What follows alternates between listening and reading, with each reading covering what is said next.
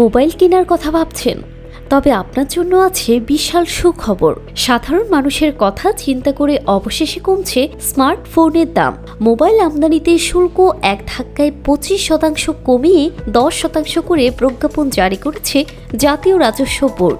NBR এর নতুন এই সিদ্ধান্তের ফলে 30,000 টাকার বেশি দামের প্রতিটি আমদানিকৃত বা বিদেশি ফোনের দাম কমবে অন্তত 5,500 টাকা। অর্থাৎ ফ্ল্যাগশিপ বা দামি ফোনগুলো এখন আরও সহজে কিনতে পারবেন গ্রাহকরা। শুধু বিদেশি ফোন নয়, সুখবর আছে দেশীয় মোবাইল শিল্পের জন্যও। দেশীয় কোম্পানিগুলো যাতে প্রতিযোগিতায় পিছিয়ে না পড়ে সেজন্য মোবাইল তৈরির কাঁচামাল আমদানির শুল্ক 10% থেকে কমিয়ে 5% করা হয়েছে।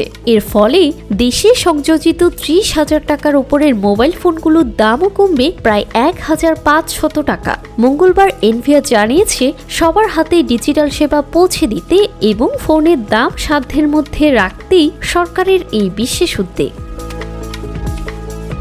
জান্নাতুল তাহসিন, ডেস্ক রিপোর্ট, সকালবেলা।